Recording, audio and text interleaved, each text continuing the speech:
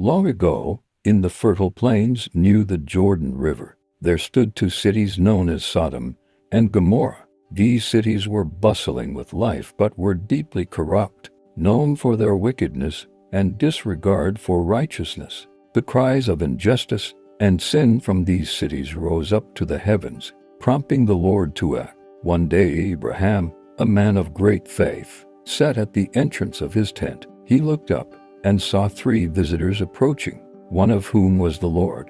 They came with two messages: the promise of a son to Abraham and Sarah, and the looming judgment over Sodom and Gomorrah. After sharing the joyous news about Sarah's future child, the Lord revealed his intention to examine the city's sins, concerned for the righteous people who might live there. Abraham boldly pleaded with God. "Will you sweep away the righteous with the wicked?" he asked. Starting with 50 righteous people, Abraham bargained with God, lowering the number until they agreed.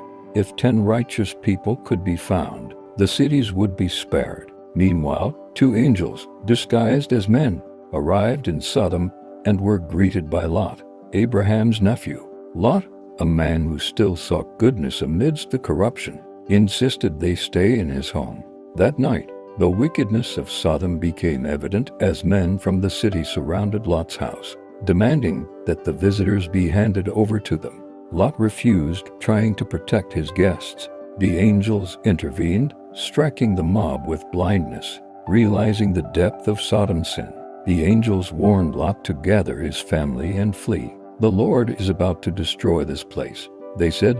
Lot hesitated, but the angels seized his hand and led him, his wife, and his daughters out of the city. They commanded them, "Flee for your lives. Don't look back or stop anywhere on the plain." As dawn broke, Lot and his family fled to safety. Behind them, the heavens unleashed fire and sulfur, consuming Sodom, Gomorrah, and the surrounding lands. In a moment of disobedience, Lot's wife looked back at the destruction, and she was turned into a pillar of salt. Lot and his daughters took refuge in the mountains, safe but grieving the loss of their home and loved ones. The ruins of Sodom and Gomorrah served as a powerful reminder of God's justice and the consequences of unrepentant sin.